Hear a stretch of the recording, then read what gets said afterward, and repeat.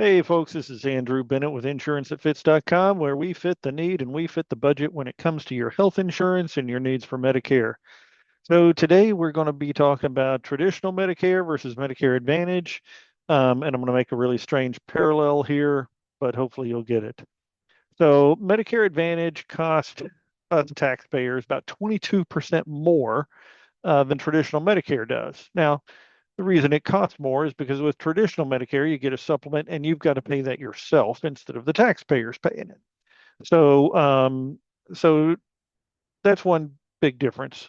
The other difference is, and I think this is really one of the most important things, you have less control of your health care typically, I'll say typically, with Medicare Advantage. There's one company that I really advocate for if you're going to go with Medicare Advantage, but most of the time there's prior approvals, there's utilization reviews where the insurance company can get in between you and your doctor. Okay.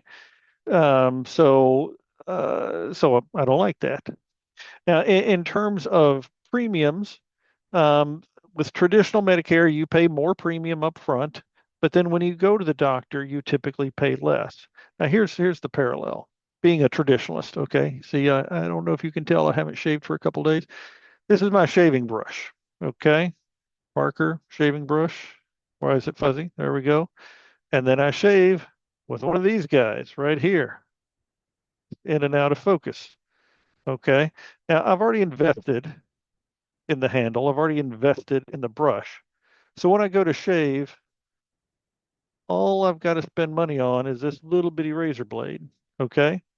So with traditional Medicare, you're paying more up front.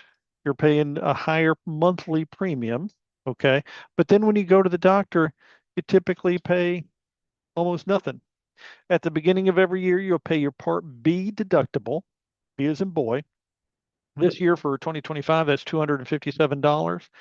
After that, if you have the G supplement, it pays everything after that.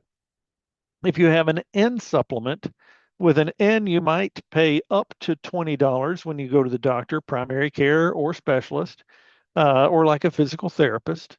If you go to the ER, you might pay $50. And then the N pays, again, pretty much everything else. There's a couple little caveats there, but by and large. Then with the HDG or the baby G supplement, again, you pay your first 257, just like you did with the G and the N. And then after that, you pay the 20% up to the prescribed amount, which is getting close to $3,000.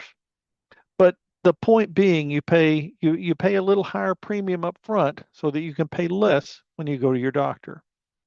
With a Medicare Advantage plan, typically you have a lower premium, but then you have much higher out-of-pocket maximums. So being a traditionalist, I like traditional Medicare. I like the fact that there's not as many prior approvals, utilization reviews, where the insurance company can get between you and your doctor. And I think it helps for budgeting purposes if you pay a little out each month. When those big bills come, you don't have to pay them. So I think that's a good reason to look at traditional Medicare with a supplement, a G, an N, an HDG, all are appropriate options. There are older supplements, the F, the C, I believe it is, that people prior to January of 2020 may have had. I recommend people get off those supplements and don't enroll in those supplements, even if they were eligible for them, because the risk pools on those supplements are going to shrink over time. And as the risk pool shrinks, the price is going to go up disproportionately. All the rates are going to go up, but you don't want a disproportional rate increase. So again, traditional Medicare, so you can have control over your health care, you and your doctors, and the insurance company isn't getting in between y'all.